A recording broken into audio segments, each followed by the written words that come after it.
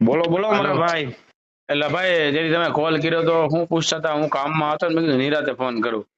અરે કાંઈ નહીં, જે કરો છો એ સારું કામ કરો છો, પણ હમ. આમાં એવું થાય છે કે ઈ આમ શું કહેવાય, ભાજપ કોંગ્રેસ જેવું થવા માંડ્યું કેમ ભાજપ છે. કોંગ્રેસ જેવું? ના ના ના, ભાજપ કોંગ્રેસ જેવું કઈ રીતે એમ?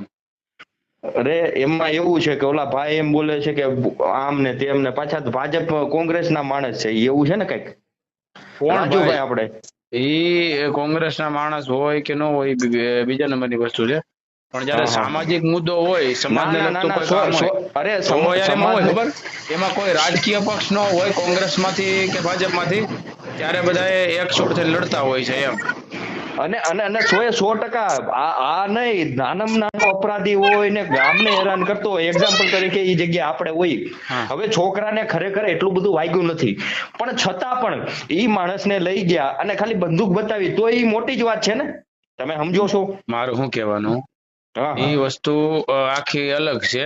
કોઈ હા પણ હા. ધારાસભ્ય ચાલુ હોય કે સાંસદ સભ્ય હોય કે કોઈ હમ પણ ગામમાં, તાલુકામાં, જિલ્લામાં તમારી સારામાં સારું પોસ્ટ હોય, હમ તમને લોકો આમ રિસ્પેક્ટ આપતા હોય, હમ તમને લોકો મોટા માણસ માનતા હોય, એનો હમ હમ મતલબ એ છે કે તમે લોકોના પ્રતિનિધિ હોવાના કારણે તમારે હમ લોકોનું ધ્યાન રાખવાનું હોય.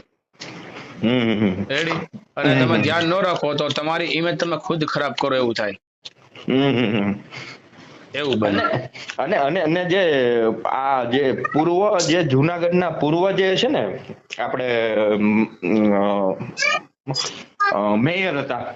હા હા, ઓલા કોટેચા ભાઈ. કોટેચાભાઈ. કોટેચાભાઈ. હા. એ માણસે એટલે ફોન નતો કર્યો કે ભાઈ તરફદારી માટે, પણ એને ફોન આવ્યો તો એક્ઝામ્પલ તરીકે. એટલે આ લોકોને રાજુભાઈ હારે સંબંધ છે વર્ષો જૂના. કારણ કે નગરપાલિકાના ઈ મેયર રહી ચુક્યા છે ને આ રીતે કઈક પૂર્વ કઈક ઓલામાં છે. એટલે એને ફોન કર્યો કે ભાઈ શું હતું એમ. એને મારું શું કોઈ લેવા દેવા કહેવાનું, જ નહોતો આમાં. આમાં એવું હોય, કોઈ વ્યક્તિગત આપણે કોઈ યાર તકલીફ હોય જ નહીં, એક્સ વાય ઝેડ. હમ વ્યક્તિગત તકલીફ અને સમાજની તકલીફ, એમાં બેમાં હાથી ઘોડાનો ફેર છે. હું હમ. તમારે વ્યક્તિગત બાંધીને પછી સમાજ ઉપર ઇસ્યુ લઈ જાવ તો વ્યાજબી ન કહેવાય. નો નો નો નો પણ તમે કહેવાય. બ્રાહ્મણ છો એટલે તમે તો શું છે કે આમ તો ભારત ઉપર લગભગ રાજ તમારું છે, આમ સમજો ને તો. જ્યાં ખોટું રહેવા દો. નહીં નહીં નહીં અત્યારે જો નહીં નહીં, ના મારી ના વાત ના સાંભળો. ના. હા. એમાં એવું છે, તમે વિચાર કરો, તમે જોવા જાઓ ને તો બ્રાહ્મણની વસ્તી છે ને ભારતમાં ઓનલી 3%, એટલે 3% વસ્તી છે. હા. પણ તમે બ્રાહ્મણ હોવાના કારણે તમે લોકો એવું કે જ્ઞાની છો. અત્યારે તો જ્ઞાન બધે પાસે છે, પણ પેલા હમ એવું કહેતા બ્રાહ્મણ હોય એટલે જ્ઞાની કહેવાય. હમ રેડી? તો હમ જ્ઞાની હોવાના કારણે તમે અત્યારે આઈએએસ જો, આઈપીએસ જો, ત્યાં ગૃહ ખાતાનું, ભારતનું ગૃહ ખાતું હોય કે ગુજરાત લેવલનું ગૃહ ખાતું હોય, એમાં સારી સારી પોસ્ટ ઉપર તો બ્રહ્મ સમાજ જ છે ને અને ભાઈ. ઇવન તમને જાણીને નવાઈ લાગશે, હું કોઈ જાતિવાદમાં માનવા વાળો માણસ નથી. કારણ કે હું તમને જનરલ વાત કરું કે હા. જે માણસે ખરેખર ધારાસભ્યનો છોકરો ગુજરાત આખામાં જેનું નામ, ઈ જે રજીસ્ટર કરનાર મહેતાએ કર્યું. સાંભળો મારી વાત. હમ. હર્ષ મહેતા ને, જુનાગઢના. હા. અને જે તમારો કેસ લડે છે એ સંજીવ પંડિત લડે છે. તમે વિચાર કરો, તમે સમજો છો વાતને? મારું ખરેખર શું જ્યાં કહેવાનું, ન્યાય હોય ત્યાં જ આપણે ઉભું રહેવાનું. અને રહી વાત હા. બીજી, તમે જે કરો છો એ બહુ સારું કરો છો. અને આ સિવાય એક એવી એવી વાત આવે છે કે કઈક બીજા ગામના લોકોને કઈક ઘેર્યા હતા અને એવું બધું કઈક કર્યું હતું. તો એ લોકોને કદાચ માની લો કે ઘણી વખત કેવું હોય કે જે કોન્સ્ટિટ્યુશન આપણું બનાવેલું છે બાબા સાહેબ આંબેડકરે, અથવા તો જે કઈ સ્ટેન્ડિંગ કમિટીના 11 મેમ્બર હતા. હવે હમ. ઘણી વખત કેવું હોય કે માણસ અમુક કેસમાંથી છટકી જતો હોય, પણ બીજા કેસ જે જૂના છે એમાંય તમે હજી તો કરી શકો. માની લો દલિત સમાજના કઈક અમુક ઘરને ઘેર્યા હતા ને એવું બધું બોલે છે ઓલા ભાઈ. મારું શું કહેવાનું હા. કે જ્યારે ભારતનું બંધારણ એવું કઈ દલિતો બાબા સાહેબે બનાવ્યું, એટલે બાબા હમ સાહેબે કોઈ એક દલિત માટે બંધારણ નહોતું બનાવ્યું. હમ રેડી? હવે તમે વિચાર કરો, આજે તમે કોઈ પણ ભારતની કન્યાકુમારી થી માંડી અને કાશ્મીર સુધી, અને હમ અરુણાચલ પ્રદેશ થી માંડીને આપણું ગુજરાત, એટલે હમ આખું ભારત આવી ગયું. આખા ભારતમાં જે બાબા સાહેબે 8 કલાકની વ્યવસ્થા કરી નોકરીની, એ કઈ દલિતો માટે તો નથી કરી. હમ રેડી? જે 12 કલાકની વ્યવસ્થા હતી, હમ એ વ્યવસ્થા ફક્ત ને ફક્ત દલિતો માટે નથી, એ સમગ્ર ભારતના વસવાટ કરતા લોકો માટે હતી. નંબર 2, કે જ્યારે પણ આપણે 12 મહિનાનો સરકારી કર્મચારી, એટલે કે XYZ, કોઈ પણ SC ST OBC minority general સમાજમાંથી કોઈ પણ વ્યક્તિ નોકરી કરતો હોય, તો હમ એ નોકરી કરવાના કારણે એ 12 મહિનાનો પગાર લેતો હોય, પણ બાબા સાહેબ ને એવું લાગ્યું કે ભાઈ આમાં પણ હજી થોડીક આ લોકોને ખરેખર આમ જોઈ તો ટૂંકમાં અંગ્રેજી મહિના પ્રમાણે 13 મહિના થાય તો એનો એક્સ્ટ્રા પગાર એટલે કે બોનસ, એટલે બોનસ મળવું જોઈએ. તો એ સંપૂર્ણ ભારતમાં વસવાટ કરતો તો દરેક નોકરિયાત વર્ગ એને બોનસ મળે. ત્યારે એ બોનસ ક્યારે મળે? જ્યારે દિવાળીનો માહોલ હોય અથવા કોઈ પ્રસંગ પ્રાત હોય ત્યારે ટૂંકમાં સરકારી જાહેરાત થતી કે આ બોનસ અમે આપશું. જે માણસને 12 પગાર ઉપર વધારે ધ્યાન ન એટલું બોનસ ઉપર હોય, કેમ કે એક્સ્ટ્રા પગાર હોય, આખો પગાર બોનસ નો મળે. તમારો જેવડો પગાર હોય એવડું તમને બોનસ મળે. તો એ વ્યવસ્થા ખાલી આ થોડી દલિતો માટે થોડી હતી, એ તો સમગ્ર ભારત માટે વ્યવસ્થા વસવાટ કરતા લોકો માટે હતી. હવે મારી વાત પછી- સાંભળો, મારી વાત સાંભળો. આપણે થોડીક સંવિધાનની તમને વાત કરું.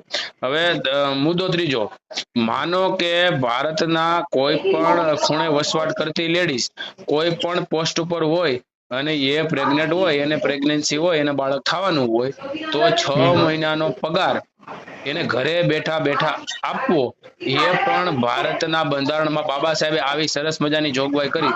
આ તો યાર ફક્ત એટલું કહેવામાં આવે છે કે દલિતોનું આમ ને દલિતોનું પૂછડું. જ્યારે આપણે જાતિની બહાર નહીં નીકળીએ ને બોસ, ત્યાં સુધી આ ટેકનોલોજીના માધ્યમથી, મારી વાત સાંભળો, અને મોબાઈલના માધ્યમથી આ વસ્તુ વધવાની. જ્યારે આપણે બધા એમ કેવું ને કે હું ભારતીય સૌ, ત્યારે જાતિવાદ ખતમ કરી શકશું. બાકી આવું ઓલો પેલા તો આપણે હોટલમાં જઈએ તો તમને જાણીને નવાઈ લાગશે. હમણાં હું એક વિડીયો જોતો હતો. હા હવે એમાં ઘણી વખત કેવું થાય, સાંભળો મારી વાત. હવે તમને જાણી નવાઈ લાગશે, તમે કોઈ બ્રાહ્મણના દાખલામાં ગયા, અમે દાખલા કોઈ દી વગાડતા જ નથી, તમે પણ જોયું નથી જતા. હા કોઈ દી સારું કહેવાય ને. બ્રાહ્મણના ઘરે દાખલા હોય જ નહીં. સાંભળો મારી વાત. અમારે માતાજીને સ્તુતિ કરી, ભજન કરી, એ વસ્તુ બોલે. ભજન એક સ્તુતિનો ભાગ હા, છે. એ તો વાલાનો સ્તુતિનો ભાગ છે, પણ તમારા સ્તુતિનો દાખલા ભાગ છે. નથી હોતા એમ. દાખલા ક્યાંય હોતા હોય કયો મને. હવે એમાં હવે તમને હું એમ કહું કે હું તો બ્રાહ્મણ તરીકે અથવા તો ગમે એ રીતે કે ભાઈ તમે ખરેખર તમે માનતા હોય તો વેદો તરફ પાછા વળો. હવે વેદ તમને શું કહે છે કે સ્તુતિ કરો કે ગમે એ કરો, પણ દાખલા વગાડો ને આન તે ઈ ખોટું છે. એટલે દાખલા એક માની લો કે સ્તુતિમાં આવતા હોય, તમારે માની લો કે પુસ્તકમાં આવતા હોય તો દાખલા વગાડો, પણ જે ખોટા ભૂવા ધૂણે છે એ તો ખોટું જ છે ને. હવે માની લો કે મનસુખભાઈ હોય કે ગમે એ માણસ હોય, કમલેશભાઈ જાદવ હોય, એ બધું સારું જ કરે છે, પણ એને અમુક સંવિધાન કોન્સ્ટિટ્યુશન ની અંદરમાં રહી અને માની લો કે જે લોકો માની લો કે ભગવાનનું ન બોલવું જોઈએ, સમજાય ગયું? દાખલા વાળાનું બોલો ભાઈ ભૂવા બધા ખોટા છે, સમજાય ના ગયું? ના, મારી વાત સાંભળો, એનો હું તમને 100 જવાબ આપી દઉં. માંથી એમ નહીં, 100 માંથી એને કે 99 ભૂવા ખોટા છે અથવા એક એ ખોટો છે. હવે ભગવાનનું નહીં બોલવાનું, તમે સમજો છો? એમાં ઈ ક્લચમાં આવે ને, કારણ કે કોઈની લાગણી દુભાવવી, કોઈને મતલબ ઓલું ભાઈ, કરવું, મારી વાત એ સાંભળો તો ખોટું જ છે ને. ભાઈ. મનસુખભાઈ હોય કે ઓલા જાદવભાઈ હોય, XYZ, તમે ભારતમાં હું તમને એક એની ઉપરથી તમને વાત કહી દઉં કે દરેકની શ્રદ્ધા હોય છે, પણ જે અમુક ભુવા છે, અમુક બની બેઠેલા, એ ખોટી રીતે લોકોને ગેરમાર્ગે દોરે છે. મારી પાસે એવો મુદ્દો એવો તમને વિશ્વાસ નહીં આવે કે એ બેનને કીધું તમારે આ તકલીફ છે, પહેલાની તકલીફ છે, પૂછડી તકલીફ છે, ખોટી કઈ એની પછી 15,000 રૂપિયા લઈ લીધો, એ બેન તો બચી ન હોય ક્યાં.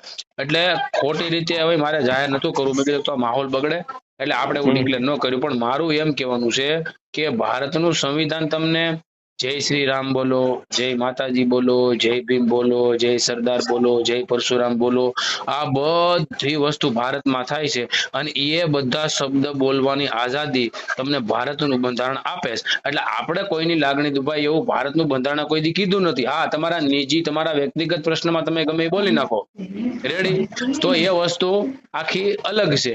પણ કોઈની લાગણી દુભાઈ, તમે બ્રાહ્મણ છો, તમે શું કીધું કે ભાઈ અમે દાખલા ભુવામાં માનતા નથી, અમે સ્તુતિ કરી, અમારે જે થતું હોય એ કરી, તો કેમ બ્રહ્મ સમાજને ખ્યાલ છે, તો બ્રહ્મ સમાજ એટલું જ્ઞાની કહેવામાં આવે છે કે બ્રહ્મ સમાજ જ્ઞાની છે, તો બ્રહ્મ સમાજના કોઈ વ્યક્તિ એવો મેસેજ કેમ નથી નાખતી કે ભાઈ આ અમે કરી એ અને દાખલા તમે કરો એમાં હાથી ઘોડાનો ફેર છે. મોટા ભાગે SC ST OBC આ લોકો જ દાખલા કરતા હોય છે, પણ એ દાખલા કરવામાં ખોટું છે એવો આજ સુધી મેસેજ સિવાય જયંતભાઈ પંડ્યા સિવાય કોઈ નાખ્યો નથી. કેમ કે તમને ખ્યાલ છે કે ભાઈ અમારું થોડું ઘણું આમાં હાલે છે અને આ લોકો આમાં ને આમાં ભલે રહે, એ વાસ્તવિકતા મારા માનવા મુજબ છે ભાઈ. એમાં એવું નથી. તમે સમજો કે હું તો ઘણા બધા દલિત સમાજના માંડવામાં ગયો છું ને મને ખબર છે.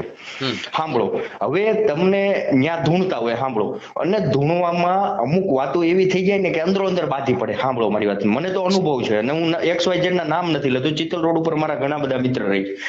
હવે અમે ડાકલામાં ગયેલા છે. હવે ડાકલામાં જે જાય છે એક્ઝામ્પલ તરીકે, હવે માતાજીની સ્તુતિ, માની લો કે ડાક વગાડો તો એ માતાજીની સ્તુતિ થઈ કે હે માતાજી તારી જેવું કોઈ નથી, આ છે તે છે. ઈ રાઈટ છે, મારું એવું માનવું છે. કારણ કે કોઈ શક્તિ હોય અને કદાચ એની પૂજા કરતા હોય તો મને કોઈ વાંધો નથી. પણ જે ધૂણવાની પ્રથા છે, ધૂણવાની એટલે એક સમય એવો હતો કે એક રાજા હતા. એ રાજાએ એવું કીધું કે ભાઈ મારે છે ને ભગવાનને પ્રાપ્ત કરવાની એક ઈચ્છા છે. એટલે તમે એક કામ કરો કે આપણે આખા રાજ્યમાંથી બધાને જે ધૂણતા હોય અથવા તો ભુવા હોય એ બધા અહીંયા આવો અને તમારી સ્તુતિ કરો, અને ત્યાર પછી સ્તુતિ કરો તો વાંધો નથી, પણ ધૂણી અને ભગવાનના મારે સાક્ષાત દર્શન કરવા છે. હવે એને શરૂ કર્યું ને એટલે ઓછામાં ઓછા એ સમયે 1.5 લાખ ભુવાને પકડી લીધા. કેટલા? અને એક જ ભુવો કઈક મેલડીમાંનો શેનો હોય એક્ઝેક્ટ મને નથી ખબર, એ માતાજીના ભુવા હતા અને એ જે એમાં સિદ્ધ થયા, એને ખરેખર એના હાથમાં ભગવાનને બતાવ્યા. સાંભળો, તો એનો મતલબ શું થયો કે 100% ભુવા સાચાય નથી, 100% ખોટાય નથી. એ વખતે 1.5 લાખ હતા. હવે ભારત માની લો કે ગુજરાતની વસ્તી 6 કરોડ છે. હવે એમાં માની લો કે 10% ધંધો આ કરે છે, એટલે 6 લાખ લોકો એવા છે જેની આની હારે સંકળાયેલા છે. 1% માની લો ને. સાંભળો, હવે આ 6 લાખ ભુવા એવા છે તો 6 લાખમાં 6 લાખ સાચા નહીં હોય, પણ એકાદો સાચો હોય છે એમ 6 લાખમાં. સમજાઈ ગયું? કે જેને ખરેખર ભગવાનને પ્રાપ્ત કર્યા છે અથવા તો ભગવાન સાથે એની મિત્રતા છે. અને જે દાણા નાખવામાં આવે છે ને, જે દાણા માની લો કે એક્ઝામ્પલ એકી બેકી, એ બીજું કાંઈ નથી. સાંભળો મારી વાત, એ એક સ્તુતિનો ભાગ છે કે ભાઈ એકી અથવા બેકી. તમે કેમ પૂછો તમારા ફાધર ને કે મારે આજે બોમ્બે જવું છે બોરીવલી, તું જાવ કે ન જાવ? સાંભળો, બીજો કોઈ પ્રશ્ન નથી એમાં. મારી વાત સાંભળો. હાલો, કાંઈ વાંધો નહીં. પણ જ્યારે રાજા રજવાડાની વાત હતી ને, ત્યારે માણસ ખોટું બોલતા પહેલા 1000 વાર નહીં 1,00,000 વાર વિચાર કરતો કે મારે કેમ ખોટું બોલવું. સામા વાળાને ખબર પડશે કે હું ખોટું બોલ્યો છું તો એનું હૃદય કેટલું દુભાશે. જ્યારે અત્યારે ઓન ધ અત્યારનો ટાઈમ આપણે વાત કરીએ તો કોઈને ખોટ આને કાંઈ લેવા દેવા નથી. એવા ધતિંગ કરનાર કેટલાય ખોટા બુવા છે, પકડાણા છે, જેલમાં છે. મારી વાત સાંભળો. અને મોટા ભાગે જે પણ લેડીઝોની માંગણી કરે છે એવા ભુવા ઉપર પણ 376 અને આવી ગંભીર કલમોની મારફતે ગુના દાખલ થયેલા છે.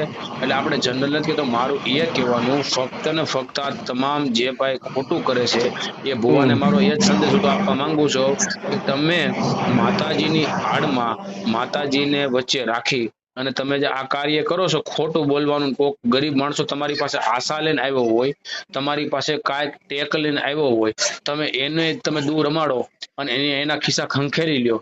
એટલે આ વસ્તુ ખોટી છે. પણ તમે બ્રાહ્મણ છો એટલે આ સમજો આમ છે ને, તમે કેમ મારા દોસ્ત છો, તમામ બ્રાહ્મણો નથી કહેતો, પણ તમે કેમ કે આંખમાં છે એમાં ખ્યાલ આવી ગયો ને તમને? રેડી? તમને આમ પસંદ આવે પણ તમે આમ જોવો તો તમને આ ક્યાં કરી, આ હકીકત છે અને તમારામાં મેં જોયું છે ભાઈ. એટલે એમાં શું છે ભરતભાઈ કે વર્ષો જૂની આ અમુક પ્રથાઓ જે છે ને, માની લ્યો કે માતાજી, સાંભળો, એને કોઈ દી કોઈ પશુ ચડતું જ નથી. કારણ કે શું કામ ન ચડે? સાંભળો મારી વાત, કે મારા વેદ એમ કહી ગયા છે, મારા ઋષિમુનિ એમ કહી ગયા છે કે ભાઈ તમે હિંસા ન કરો. તો ક્યાંથી માતાજી એમ કે તું મને ભાઈ આ વસ્તુ આપ, આ વસ્તુ આપ? એવું ભગવાન કહેતા જ નથી કોઈને. પણ મારી વાત સાંભળો, એક સિંગલ માતાજીએ આજ દિન સુધી કોઈ દી કોઈને એમ ને, શ્રદ્ધાનો વિષય છે ભાઈ, એ લોકો એમ કે છે મારી પરંપરા છે, પણ 100% માતાજી કોઈની બલી લઈ કે કોઈનું ઓલું, માતાજી લગભગ મારું વ્યક્તિગત એવું માનવું લગભગ રાજી ન હોય. પણ તેમ છતાંય લોકો ઈ કાર્ય કરે છે અને હારે આસ્થાને અને શ્રદ્ધાને જોડે છે. તો તમે શું કરવાના? તમે જો મહારાષ્ટ્ર હોય કે અમુક એવા રાજ્ય છે, મહારાષ્ટ્ર પછી ઉત્તર પ્રદેશ, 2-3 રાજ્ય એવા છે એમાં અંધશ્રદ્ધાની વિરુદ્ધ કાયદો બનેલો છે, જ્યારે ગુજરાતમાં એ કાયદો નથી. જો એ કાયદો આવે તો ઘણો ખરો આપણને ફેર પડે અને જે નાના માણસો છે એ એમાં ફસાય નહીં, એવું મારું વ્યક્તિગત માનવું છે. એમાં શું થયું ભરતભાઈ, તમને જાણીને નવાઈ લાગશે. હમણાં મેં એક કિસ્સો જોયો. હવે એ મનસુખભાઈ એક જણાને મતલબ કોલમાં કઈક વાત કરતા છે. હવે ઈ બાઈને કેવું કર્યું ખબર? એક બાઈ હતી, ઈ ભાગી ગઈ હતી એની ઘરવાળી. સાંભળો, લગભગ દલિત સમાજના ભાઈ જ હતા કોક. હવે એની ઘરવાળી ભાગી ગઈ તો ઈ પોલીસ સ્ટેશને નો ગયા અને ભુવા પાસે ગયા. હવે ભુવા પાસે ઈ માણસ જાય છે, એક્ઝેક્ટ તો કઈ કાસ્ટ છે મને એક્ઝેક્ટ આઈડિયા નથી, પણ ઈ માણસ ભુવા પાસે ગયા તો ભુવાએ એમ કીધું કેવા ચંડી યજ્ઞ કરાવો. નહીં, ચંડી યજ્ઞ નહીં, કઈક માતાજીનું નામ સારું છે. હવે એવા માતાજીનું નામ લીધું અને આની પાસે 7,000 ફળવી લીધા. કેટલા બોલો? હવે ઈ માણસની પરિસ્થિતિ એવી નથી, 7,000 એની કેપેસિટી નથી. હવે સાંભળજો, એને છોડો, ઘરવાળી ને લાવી દો. હવે એને એમ કીધું કે 1 મહિનામાં ઘરવાળી તારી આવી જાય. હવે 1 મહિના ને છોડો, 7 મહિના ત્યાં નથી આવી ને એને કે હવે હું 1,000 કરીને દે. હવે હાવ હાલી જુના એ ભાઈ. એમને મારી વાત આવા પ્રશ્ન ભાઈ મારી પાસે આવે ને, જો કે હું આવા ઘણા પ્રશ્ન સોલ્વ કરું તો મારી પાસે ઝાઝા પ્રશ્ન છે કે લોકોને ખોટું બોલવું. પાછા વાંચે કેવું વાતો કરે ખબર કે આપણું તો થઈ ગયું કે એનું જે થયું. યાર આવી રીતે ખોટું બોલીને લોકોને ભલા લૂંટો છો યાર. એ બિચારા દાડી દપાડી કરી તમારી પાસે આશા લઈને આવ્યો એને લૂંટી દેવા. તમને જાણીને નવાઈ લાગશે. એ બાય વહી ગઈ તો પોલીસ ને જવાય, ભુવા પાસે થોડો જવાય યાર. પોલીસ એને લઈ આવત. તમારી પાસે જાગતા માતાજી છે પોલીસ સ્ટેશન, તમે દાખલ કરાવો એટલે ગમે ને ગોતી આવે. એટલે આવું છે. અને તમારો પ્રશ્ન એ હતો કે ભાઈ મોટી સંખ્યામાં ભાજપને કોઈ ભાજપ કોંગ્રેસ વાળા નતા, એ ફક્ત ને ફક્ત એક અત્યાચારની વિરુદ્ધમાં તમામ દલિત સમાજના લોકો ભેગા થયા હતા. તમે જો આજે કોઈ બી સમાજે વિરોધ કરવાનો હક છે. કદાચ રાજા કેમ ન હોય, નરેન્દ્રભાઈ મોદી કેમ ન હોય, એની વિરુદ્ધ કરવાનો હક છે ને. તમે જે કર્યું છે એ સારું કામ છે. અને ખરેખર એટલું બધું છોકરાને નો વાગ્યું હોય, અમુક લોકો એવી વાત કરે છે કે છોકરાને એટલું બધું નથી વાગ્યું. હવે એક્ઝામ્પલ તરીકે નથી વાગ્યું, હું જાણી શકું હાલો ભાઈ એટલું બધું નથી વાગ્યું એને, અથવા તો થોલ થપાટ કરી, પણ એ કરવાનો કોઈને હક નથી. મતલબ સાંભળો, હાલો ઢોલ ટપાટ કરી એને કઈ કર્યું નથી, એને હાલો કાંઈ નથી કર્યું. પણ મારું એ કહેવાનું કે તમે કોઈનું અપહરણ તો ના જ કરી શકો. લઈ તો ગયા ને, લઈ નું કામ જવું જોઈએ ભાઈ. આપણે જ કહેતા કે ભાઈ અપહરણ થઈ ગયું. અપહરણ ને મારકુટમાં બહુ હાથી ઘોડાનો ફેર છે ભાઈ. તમે કોઈનું અપહરણ કરો એટલે કાયદે તમે કિડનેપ કરી અને તમે લઈ ગયા. એટલે એ વસ્તુ ન હોય. એટલે ભારતનું બંધારણ બધાને ભાઈચારા તરીકે રાખવાનું કહે છે, પણ જે છૂવાછૂતનું છે ને ભાઈ, એ એટલું ક્યાંક ને ક્યાંક આજે અમે કાર્ય કરતા હોવા છતાં અમને થોડો ઘણો અનુભવ થતો હોય તો આપણે એમ વ્યાજે આપણે 50 વર્ષ એવી છૂવાછૂતની જે સ્કીમ લાવ્યા હતા ને, એ સાંભળો, તમને જાણીને નવાઈ લાગશે. કોઈ રાજા રજવાડા નથી લાવ્યા. સાંભળો, 1,000 વર્ષોથી તો તમે જાણીને નવાઈ લાગશે. 1,000 વર્ષોથી તો તમે ગુલામ હતા, નવાબશાહીમાં હતા. હવે જો ખરેખર નવાબશાહીમાં હોય તો દરેક નિયમ કોણ બનાવે? નવાબ બનાવે કે કોઈ બ્રાહ્મણ બનાવવાનું? કારણ કે બ્રાહ્મણ ના તો એ વિરોધી હતા. સાંભળો, હું તમને જાણીને નવાઈ લાગશે. સાંભળો તો ખરા મારી આખી વાત. હવે દરેક સમાજમાં એવું થઈ ગયું. માની લો કે દલિત સમાજ હોય તો અમુક સમાજ ને એમ કે ભાઈ તારી યાર ઘરે, હું તો બધાને ઘરે ખાઉં છું. જે માંસ મટન નો ખાતા હોય એની ઘરે હું ખાઉં, માંસાહાર નો કરતા હોય એની ઘરે હું ખાઈ લઉં. મારી વાત સાંભળો, મોટી મોટી બીફ કંપની છે કોની, તમને નામ આપો. કપિલ સિબ્બલ કોણ છે? કપિલ સિબ્બલ બ્રાહ્મણ છે, કોંગ્રેસી છે. એ ભલે ઈ જો કોંગ્રેસ ભાજપ કઈ લેવા દેવા નથી.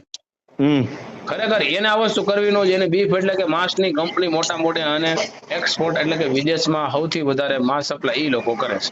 મારો એ કહેવાનું છે કે નવાબ હોય કે રાજા રજવાડું કે XYZ હોય, જયારે 175 એટલે કે 250 વર્ષ જયારે આપણી ઉપર અંગ્રેજોએ રાજ કર્યું ત્યારે તમામ વ્યક્તિ ગુલામ હતા. એમાં કોઈ જાતિ જ્ઞાતિ વાતિ કાંઈ હતું નહીં. તમામ ભારતીય હોવાના કારણે ગુલામ હતા. અને એ ગુલામીનું કારણ તમને હું કહી દઉં, ગુલામ કેમ આપણે બન્યા. ગુલામ એટલા માટે બન્યા, એ ફક્ત 3500 જણા આવ્યા હતા, 1300 જણા આવ્યા હતા. કેટલા? 1300 જણા આવ્યા હતા. ત્યારે આપણી વસ્તી હતી 35 કરોડ ની. કેટલી?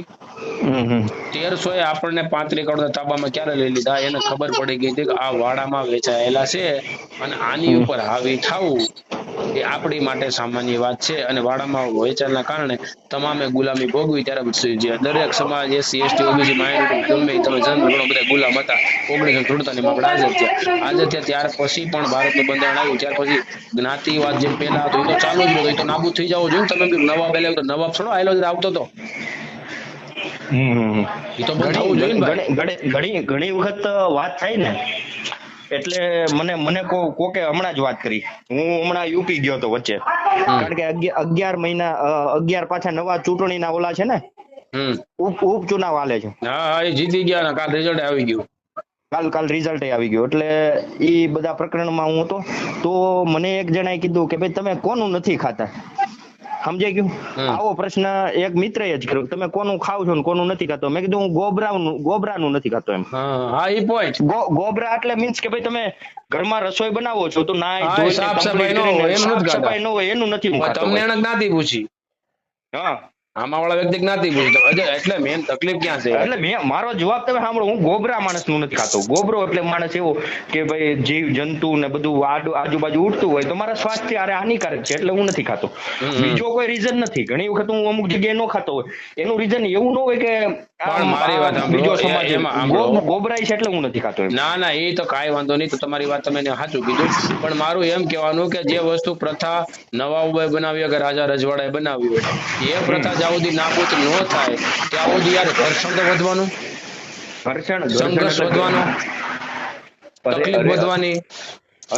અરે આ બધી મેટરો બને છે ને એનીથી શું થાય તમે સમજો મારી વાત, કે હવે હવા બનાવી દીધી આ લોકો, અમુક લોકોએ, કે આ લોકો ખોટી એટ્રોસિટી કરે છે ને આમ ને તેમ ને આમાં તકલીફ પડી જાય ને આંતે.